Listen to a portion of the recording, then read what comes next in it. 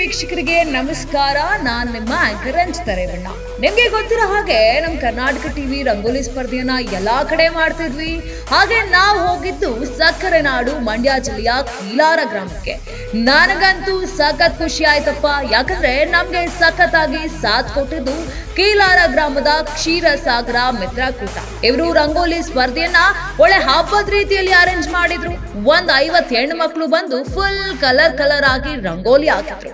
ನಂಗೂ ರಂಗೋಲಿ ಹಾಕ್ಬೇಕು ಅನ್ಸ್ತು, ಆದ್ರೂ ಬೇಡ ಯಾಕೆಂತ ಸುಮ್ಮನಾದ. 750 ವರ್ಷಗಳ ಇತಿಹಾಸ ಇರುವ ಶ್ರೀ ಸೋಮೇಶ್ವರ ಸ್ವಾಮಿ ದೇವಸ್ಥಾನದ ಆವರಣದಲ್ಲಿ ಸ್ಪರ್ಧೆಯನ್ನ ಆಯೋಜನೆ ಮಾಡಲಾಗಿತ್ತು. ಇನ್ನೊಂದು ವಿಶೇಷ ಏನ್ ಗೊತ್ತಾ, ನಮ್ಮ ಕರ್ನಾಟಕ ಟಿವಿಯ ಬಾಸ್ ಶಿವಕುಮಾರ್ ಸರ್ ಅವರ ಫೇವ್ರೆಟ್ ಟೀಚರ್ ಕೂಡ ಬಂದಿದ್ರು. ನಮ್ಮ ಶಿಷ್ಯನ ಯಶಸ್ಸನ್ನ ನೋಡಿ ಸಖತ್ತು ಖುಷಿ ಕೂಡ ಆಯ್ತು. ಇಲ್ಲಿ ಅಶ್ವಿನಿ ಪ್ರಥಮ ಬಹುಮಾನವನ್ನ ಪಡ್ಕೊಂಡ್ರೆ, ಪ್ರೀತಿ ದ್ವಿತೀಯ ಬಹುಮಾನವನ್ನ ಪಡ್ಕೊಂಡ್ರು. ಹಾಗೆ ಸ್ಫೂರ್ತಿ ತೃತೀಯ ಬಹುಮಾನ ಪಡೆದುಕೊಂಡು ಖುಷಿಯಾಗಿ ಮನೆಗೆ ಹೋದ್ರು. ಇದಾಗಿತ್ತು ನಮ್ಮ ಕೀಲಾರ ಗ್ರಾಮದ ರಂಗೋಲಿ ಸ್ಪರ್ಧೆಯ ವಿಶೇಷ.